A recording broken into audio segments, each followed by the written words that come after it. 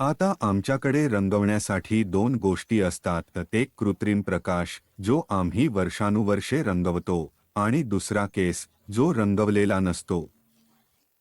धूप किंवा पर्यावरणीय घटकांमुळे हलके होतात त्याला आपण नैसर्गिक प्रकाश म्हणतो. तुम्ही भिकायांना बाहेर पाहिले असेल. जेव्हा बाहेर काम करणारे मजूर असतात त्यांच्या केसांचा रंग नैसर्गिकरित्या तपकिरी किंवा सोनेरी होतो. हे का होते? कारण नैसर्गिक प्रकाशामुळे. आणि जेव्हा आपण वर्षानुवर्षे बसून रंग करतो तेव्हा आपण त्याला कृत्रिम प्रकाश म्हणतो. कृत्रिम प्रकाशासाठी आपल्याकडे दोन गोष्टी असतात, एक म्हणजे रंग ट्यूब्स आणि दुसरे म्हणजे डेव्हलपर.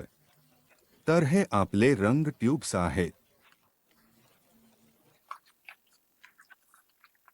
ही आमच्या रंगाच्या ट्यूब्स आहेत.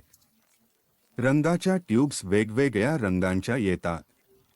क्लायंटच्या किंवा कस्टमरच्या पसंतीनुसार त्यांना हव्या त्या रंगाच्या ट्यूब्स मिळतात. आणि त्याला साध्य करण्यासाठी आमच्याकडे विकसक असतो.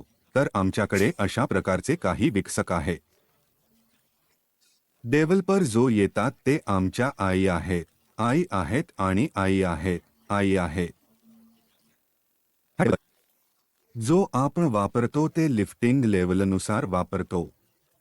जितकी लिफ्ट हवी असते त्यानुसार रंग निवडतो.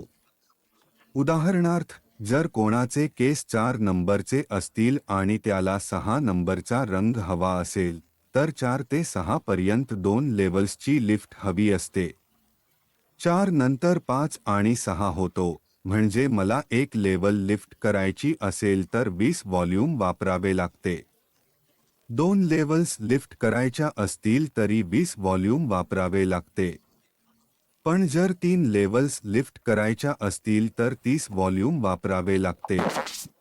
मग एक बॅरियर क्रीम लावू. बॅरियर क्रीम लावल्याने रंग टाळूवर लागणार नाही, म्हणून आम्ही बॅरियर क्रीम वापरतो.